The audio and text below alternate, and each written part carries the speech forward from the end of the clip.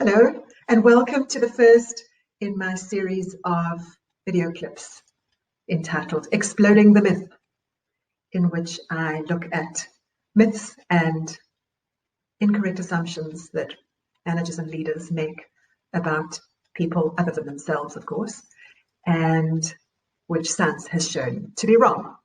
If you have followed my articles over the years, you will know that my experiences with my clients give me a wealth of material to work with. And often that material comes out of exasperation that I experience when something that seems really obvious to me is not as obvious to my clients. And usually that is based on the fact that I have opinions on everything. My opinions are based on experience, my opinions are based on what I've read, they're based on the work I've done with my clients, but they are only opinions. Recently, I had the pleasure of reading another book that has supported some of my opinions about people. It's by Teresa Amabile and Stephen Kramer, and it's called The Progress Principle, using small wins to ignite joy, engagement, and creativity at work. And it's based on research that they did with 238 people who submitted email diaries on a daily basis. These people were volunteers, so there was nothing in it for them. And at the end of every day, before they went home from work, they would complete an email diary. And the most profoundly insightful question that they were asked in this email diary was an item that said, briefly describe one event from today that stands out in your mind. And this turned out to be a real goldmine because it gave real insight into how profoundly important inner work life is to the extent to which people are engaged and bringing their whole selves to their work. And what they found from these 12,000 reports is the following: that inner work life has many aspects to it, and it is quite complex. That inner work life profoundly affects creativity, engagement, productivity, work commitment, and collegiality. That's the vibe in the team and the extent to which people help and support each other.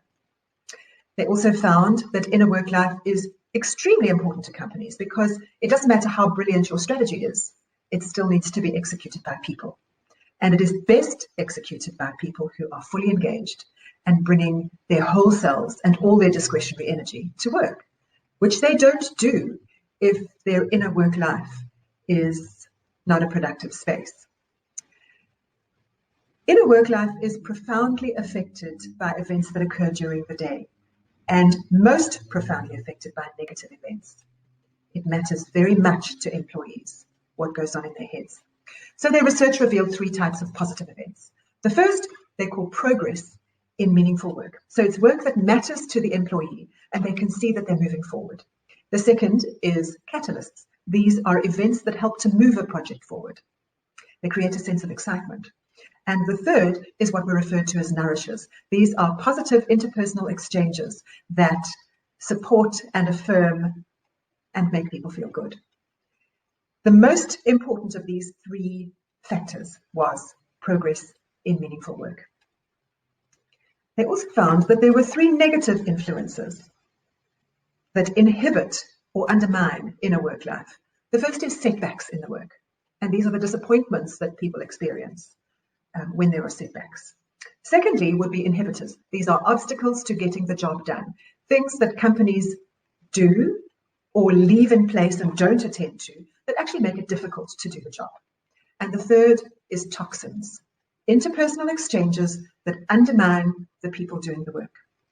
So what does this mean to us as leaders? First thing it means is happiness is very important. It really matters that people are engaged in their work. And they're most engaged in their work when they can see that they're making steady progress, achieving productivity targets, achieving their customer service targets, or meeting project milestones. This is why visual management systems are so powerful, because on a daily basis, people can see that they're making progress against objectives that matter to them. They experience the satisfaction of seeing the work move forward. And this is the most important aspect of inner work life. Secondly, it's important to leaders because it is our job to get the obstacles out of the way, to solve the problems, to ask the questions, answer the questions, and to make it as easy as possible for our team members to get the work done. If your people are struggling to get an answer from you, if they are sitting with unsolved problems, then you shouldn't be surprised when they disengage and give up. However, if they see you responding, if they see you taking action quickly, they'll be encouraged and energized to keep pushing forward. It's also important because it is your responsibility to make sure that your every interaction with an employee or a team member is constructive and positive and affirming, that people are being congratulated for progress that they make, where they mess up, that it is handled in a way that is also affirming and also contributes positively to inner work life. If you've needed to correct someone, you want them thinking about the improvements that they can make. You don't want them ruminating over how you made them feel, because that's one of the inhibitors to engagement and creativity. It's really important to understand that disrespect and disregard is toxic, and it should be an absolute watchword in your organization that everyone is spoken to and spoken of with respect. It's important as leaders to remember that negative events are way more powerful than positive events, that a little thoughtlessness or a lot of thoughtlessness even can have a much greater impact on the inner work life of your employees than your periodic kindness. It really is important for us to make sure that we contribute to happiness at work by making sure that people can see that they are making progress, by responding when there are obstacles and taking action, and by taking personal responsibility for ensuring that interpersonal exchanges are positive and respectful and affirming. I'm going to continue with a series of these clips, and I look forward to having you join me, and I look forward to receiving your comments on my opinions, because they are, after all, opinions.